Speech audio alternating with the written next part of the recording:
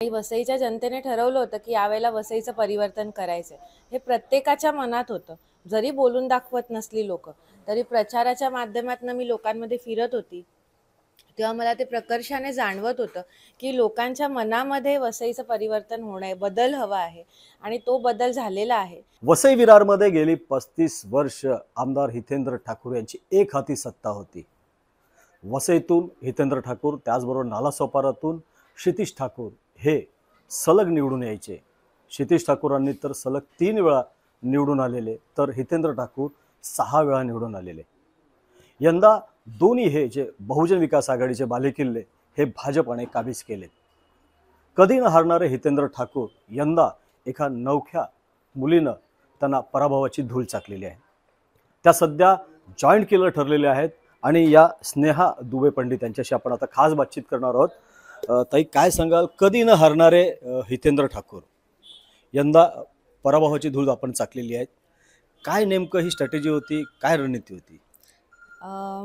हा जो वसईचा विजय आहे, हे एक उत्तम उदाहरण आहे की जनता जेव्हा ठरवते, जनता जनार्दन आहे, जनता जेव्हा ठरवते तेव्हा काय होऊ शकतं ह्याचं उत्तम उदाहरण वसईने दाखवून दिलेलं आहे. गेल्या 35 वर्षामध्ये वसईचा जो काही विकास खुंटला होता आणि वसईच्या जनतेने ठरवलं होतं की यावेळेला वसईचं परिवर्तन करायचंय. हे प्रत्येकाच्या मनात होतं. जरी बोलून दाखवत नसली लोक, तरी प्रचाराच्या माध्यमातून मी लोकांमध्ये फिरत होती, तेव्हा मला ते प्रकर्षाने जाणवत होतं की लोकांच्या मनामध्ये वसईचं परिवर्तन होणं आहे, बदल हवा आहे आणि तो बदल झालेला आहे. ही लढाई मी लढलेली नाही आहे, तर ही वसईच्या जनतेने लढाई सुरू केलेली होती आणि वसईची जनता ही लढाई जिंकलेली आहे. महायुतीचा प्रत्येक कार्यकर्ता दिवस रात्र मेहनत करून हा विजय त्यांनी सगळ्यांनी खेचून आणलेला आहे आणि माझ्या रूपाने हा विजय वसईला मिळालेला जरी असला तरी ह्या विजयाचं संपूर्ण श्रेय हे वसईच्या जनतेचं, वसईच्या मतदारांचं आणि महायुतीच्या प्रत्येक कार्यकर्त्याचं आणि महायुतीचे जे वरिष्ठ नेते आहेत, देवेंद्रजी फडणवीस, एकनाथजी शिंदे, अजितदादा पवार, इथे आमचे सगळ्यांचे मार्गदर्शक विवेक भाऊ पंडित आणि रवींद्रजी चव्हाण, ह्या सगळ्यांच्या मार्गदर्शनाने, तसंच गुजरातहून जे प्रभारी आले होते भाजपाचे, दिनेशजी राजपुरोहित, त्यांचा ह्या पूर्ण विजयामध्ये खूप मोठा वाटा आहे. आणि नेहमी जसं आपण म्हणतो की भाजपाचं पाठबळ हे RSS राहिलेलं आहे, तसंच आमच्याही पाठीमागे यावेळेला RSS खंबीरपणे उभं राहिलं आणि त्यांच्या सगळ्यांचं योगदान ह्यामध्ये आहे. श्रमजीवी संघटनेचं खूप मोठं योगदान आहे. त्यामुळे मी सगळं श्रेय हे महायुतीच्या कार्यकर्त्यांना आणि वसईच्या जनतेला देईन. आदिवासीसाठी झगडणारे, लढणारे लढवय्ये विवेक पंडित श्रमजीवीचे संस्थापक आहेत ते, त्यांची आपण मुलगी. मग आपण लहानपणापासूनच संघटनेसाठी लढणारे, लढवय्ये अशी आक्रमक भूमिका बजावलेल्या, पण असं कधी वाटलेलं की राजकारणात येणार? एवढं सॉफ्ट, पोलाईट, नमस्कार. तुम्ही म्हटलं ते खरं आहे की लहानपणापासून संघर्ष आणि आंदोलन ह्याशी खूप जवळून संबंध आलेला आहे. त्यामुळे प्रशासन, पोलीस प्रशासन आणि जे काही आपलं म्हणजे मंत्रालय ते ग्रामपंचायत, हा संपूर्ण प्रवास मी बघितलेला आहे, सगळं जवळून बघितलेलं आहे. पॉलिसी मेकिंग असेल, पॉलिसी कशा बनतात, त्यासाठी काय काय करावं लागतं, बजेट ॲनालिसिसपासून सगळ्या गोष्टी बघितलेल्या आहेत. पण राजकारणात कधी येईन हा विचार केला नव्हता, कारण की गेली 20 वर्ष मी समाजकारणात सक्रिय आहे आणि गेल्या 10 वर्षापासून श्रमजीवी संघटनेची सक्रिय जबाबदारी मी पेललेली होती. त्यामुळे संघटनेचंच काम पुढे करायचं हाच विचार मनात होता. राजकारणात येण्याचा विचार नव्हता. पण जेव्हा जबाबदारी येते आणि जेव्हा परिस्थिती येते, त्यावेळेला पाठी हटायचं नाही, लढायचं. हे मी आईबाबांकडनं शिकलेली आहे. आणि लढण्याची वेळ जेव्हा येते त्यावेळेला परिणामांचाही विचार करायचा नाही. आपलं काम आहे लढणं. हार आणि जीत ही नंतरची गोष्ट आहे.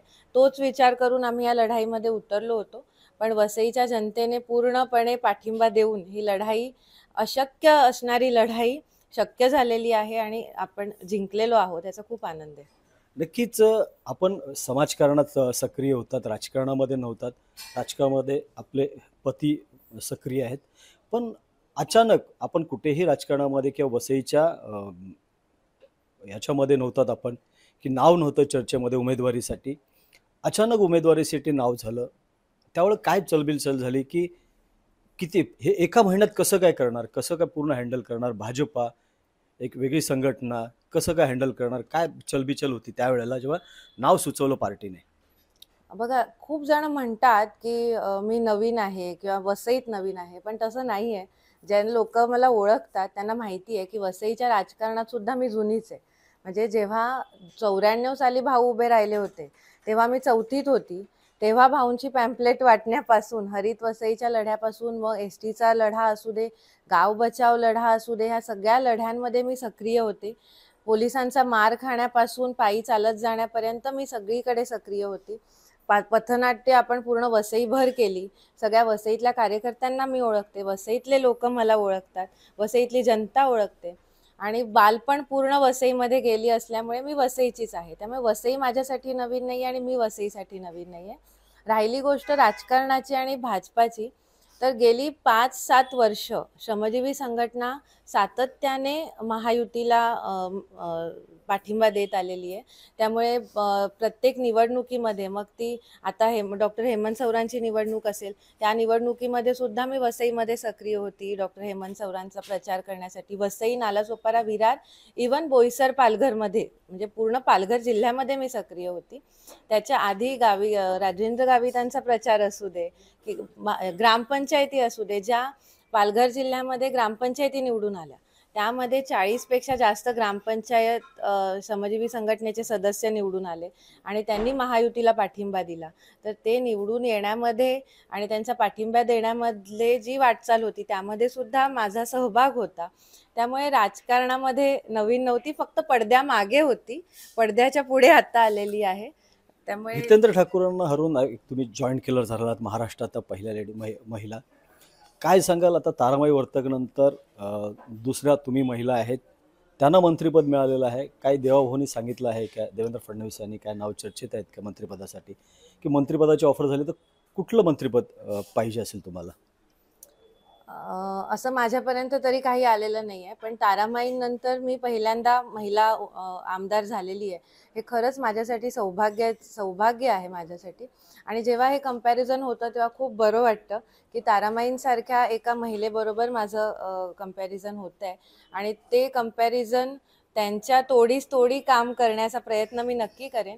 आणि राहिला प्रश्न मंत्रिपदाचा, तर वरिष्ठ जे काही जबाबदारी देतील ती मी स्वीकारेन आणि ते जे विश्वास टाकतील, त्यांनी जो विश्वास टाकला माझ्यावरती, तो विश्वास झेलला, पेलला, त्यांनी ताकद दिली आणि ही लढाई जिंकली. त्यामुळे माझी कोणतीही अपेक्षा नाही आहे. जे काही मिळालेलं आहे ते खूप आहे आणि जे काही मिळेल ते नम्रतेने स्वीकारून ती जबाबदारी स्वीकारण्यात येईल. ताई, आता खूप वसईकरांच्या अपेक्षा आहे, परिवर्तन घडवलेलं आहे, त्या अपेक्षा कशा पूर्ण करणार? काय विकासाची ध्येय धोरण असणार आपली?